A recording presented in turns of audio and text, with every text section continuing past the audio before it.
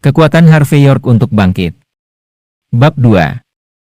Ini adalah pesan dari keluarga Yorks, kata Harvey, mengerutkan kening sedikit.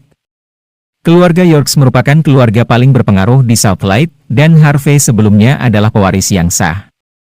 Namun, 3 tahun yang lalu, ia dituduh oleh salah seorang anggota keluarga Yorks telah menggelapkan dana perusahaan, sehingga identitasnya sebagai pewaris dicabut dan ia tidak diakui lagi oleh keluarga Yorks.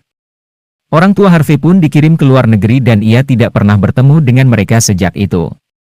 Meskipun ia tidak memiliki uang dan jatuh sakit parah akibat pukulan tersebut, Nenek Zimmer memperbolehkannya untuk tinggal bersama dan bahkan mengizinkannya menjadi cucu mertuanya. Harvey menikah dengan Mandy selama 3 tahun, namun mereka hanya menikah untuk formalitas saja. Zimmer berusaha melindungi reputasi mereka sehingga Harvey dapat tetap tinggal di rumahnya. Setelah 3 tahun, Harvey berpikir bahwa ia sudah terbiasa dengan kehidupannya saat ini. Namun, ada rasa sakit yang jauh lebih menyiksa yang ia rasakan, yaitu merasa tidak memiliki tempat dan hanya menjadi menantu laki-laki yang diurus oleh keluarga Zimmers. Meskipun Mandy selalu jujur dan terus terang dengan Harvey, dia juga sangat menawan dan cantik. Setelah 3 tahun bersama, Harvey menyadari bahwa dia telah jatuh cinta padanya. Saat Harvey sedang memikirkan perasaannya, dia menerima pesan lain di teleponnya. Pesan tersebut memohon bantuan Harvey segera. "Pak, saya mohon bantu kami. Bukankah Anda membeli beberapa saham tambang emas 3 tahun lalu? Baru-baru ini, kami menemukan bahwa tambang emas tersebut mengandung sejumlah besar emas. Harga sahamnya melonjak tinggi.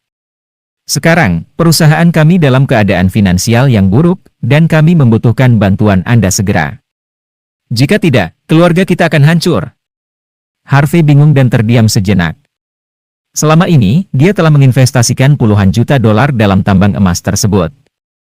Itulah juga alasan mengapa keluarga Yorks menuduhnya telah menggelapkan dana perusahaan dan mengabaikan keberadaannya. Belum genap 3 tahun, mereka menemukan bahwa tambang emas tersebut memang kaya akan emas, dan harga sahamnya melonjak dengan cepat. Dalam sekejap, Harvey mengeluarkan kartu kredit hitamnya yang telah ditinggalkannya selama 3 tahun. Kartu hitam itu adalah simbol prestis di seluruh dunia. Dia membenahi diri dan mempersiapkan diri untuk menghadapi situasi yang menentukan masa depan keluarganya. Dapat dikatakan bahwa siapapun yang memiliki kartu tersebut, akan memiliki semua akses yang dapat dipenuhi dimanapun mereka berada. Harvey segera menghubungi hotline layanan 24 jam pelanggan di kartu tersebut. Kemudian dia mendengar suara wanita lembut di ujung telepon. "Selamat siang. Tuan York yang terhormat, ada yang bisa kami bantu? Tolong bantu saya untuk memeriksa saldo di akun saya." "Baik Tuan. Tolong tunggu sebentar," katanya sopan. Saat berikutnya, suaranya jelas tersendat dan dia terdengar terkejut. "Tuan York, saldo di akun Anda sangat luar biasa sehingga dikunci untuk tujuan keamanan. Saya tidak bisa memeriksa saldo di akun Anda. Mengingat posisi saya akan pergi dan mengajukan permohonan untuk itu sekarang. Bolehkah saya menelepon Anda kembali sebentar lagi?" "Tidak masalah." Harvey menutup telepon sekaligus. Jumlah uang sangat besar sehingga akunnya dikunci untuk tujuan keamanan. Harvey tertawa terbahak-bahak. Tanpa diduga, dia dengan santai mengambil puluhan juta dolar dan menginvestasikannya hanya untuk bersenang-senang. Dia tidak pernah berpikir bahwa jenis investasi semacam itu bisa memberinya kejutan besar. Harvey bahkan tidak tahu berapa banyak uang yang dimilikinya sekarang. Setelah itu, Harvey berjalan pulang dengan santai. Ketika dia sampai di rumah, ia menemukan bahwa Mandy sudah lama pulang. Namun, ada 2 wanita lain di ruang tamu. Dari kejauhan, Harvey melihat 2 orang yang salah satunya terlihat menawan dan seksi, sementara yang lainnya terlihat imut dan cantik. Tidak hanya itu, Mandy juga terlihat sangat cantik dan elegan. Mereka bertiga, yaitu Mandy, Cecilia Zachary, dan Angel Quinn, tampak mengabaikan Harvey saat dia memasuki ruang tamu. Angel, yang duduk di sebelah Mandy, menghela nafas dan mulai membicarakan hal serius. "Mandy, mari kita bicara tentang masalah perusahaanmu. Aku mendengar bahwa perusahaanmu sedang mengalami beberapa masalah pendanaan," kata Angel. Mandy menggosok pelipisnya dan menjawab, "Ya, beberapa hari yang lalu perusahaan kami mengalami masalah pendanaan. Saat ini kami membutuhkan 5 juta dolar. Jika kami tidak segera mendapatkan uang itu, aku mengkhawatirkan perusahaan kami. Angel menghela nafas dan memotong, tapi Mandy tidak mudah mendapatkan 5 juta dolar dalam waktu sesingkat itu. Sementara Cecilia, wanita seksi yang duduk di samping mereka, mengangguk setuju. Melihat reaksi mereka, Mandy menyadari bahwa mereka tidak akan membantunya dan merasa bingung. Ketika dia melihat Harvey berdiri di sana, dia tidak bisa menahan diri untuk tidak memarahinya. Mandy menggertak, "Harvey, sejak kapan kamu berhak berdiri di sini dan mendengarkan percakapan kami? Pergilah dan cuci pakaianku. Jangan lupa cuci tangan dengan air hangat. Jika warnanya memudar, aku pastikan kamu akan tidur di lorong malam ini." Ketika Harvey akan pergi dan melaksanakan perintah Mandy, seketika itu, tiba-tiba teleponnya berdering. Tanpa diduga, panggilan itu berasal dari layanan pelanggan 24 jam kartu hitamnya. Harvey menjawab panggilan itu dan mendengar suara wanita yang lembut itu lagi. "Tuan York yang terhormat, setelah kami melakukan pemeriksaan, kami menemukan bahwa seluruh harta Anda dialihkan dan disimpan di rekening luar negeri. Jika kami menyelidikinya lebih lanjut, ditakutkan kami mungkin akan melanggar privasi Anda.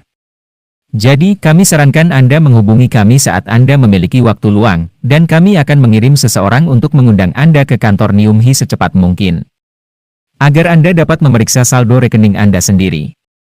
Apakah Anda setuju dengan ini?"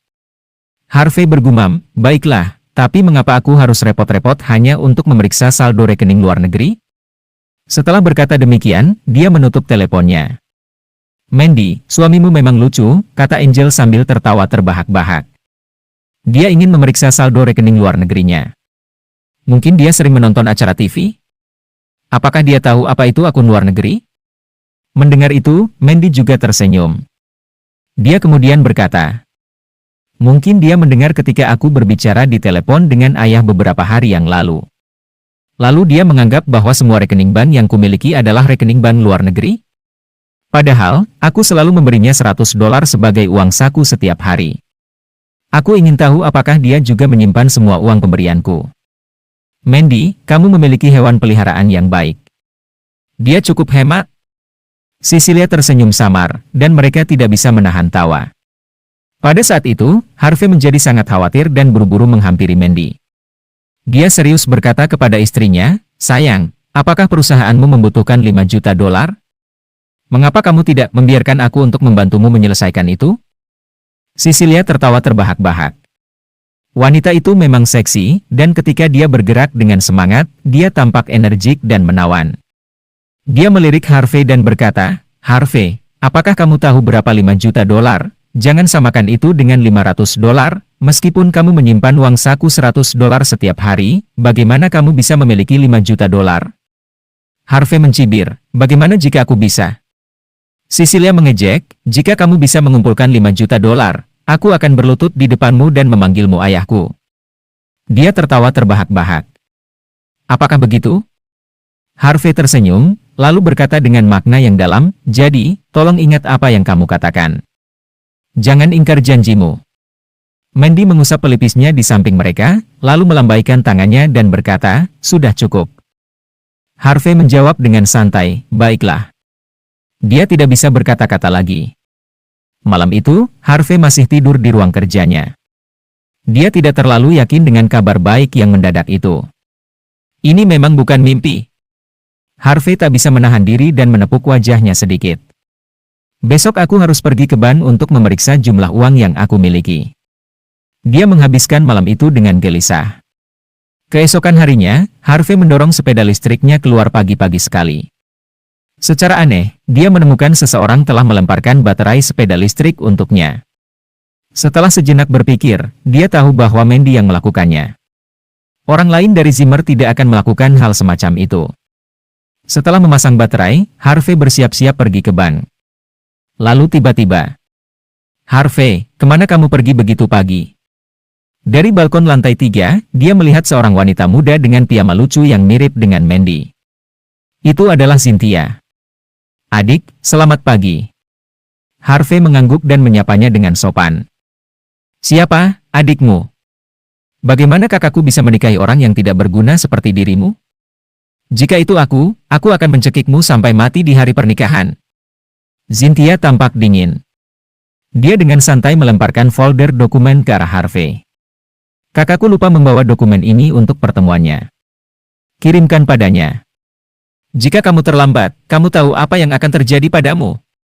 Tak dapat disangkal, meskipun Cynthia hanya seorang remaja keras kepala yang masih duduk di sekolah menengah, tetapi dia mewarisi gen yang sangat baik dari keluarga Zimmers. Dia memiliki pinggang ramping dan kaki jenjang. Dia memang cukup menawan. Harvey mengambil folder dokumen dari tanah dalam keadaan bingung. Setelah menikah dengan Mandy selama 3 tahun, dia tidak pernah memperbolehkannya pergi dan menemuinya di perusahaan karena takut akan dipermalukan olehnya. Akan tetapi sekarang dia memintanya untuk mengirimkan dokumen tersebut. Apakah ini mimpi? Pergilah segera, kata Cynthia, melihat Harvey yang masih terdiam. Cynthia bergumam, semua saudaraku memiliki kakak ipar yang tinggi dan tampan. Beberapa dari mereka bahkan lembut dan elegan. Tapi mengapa saudara iparku seperti pengecut yang tidak berguna? Aku bahkan tidak tahan melihatmu.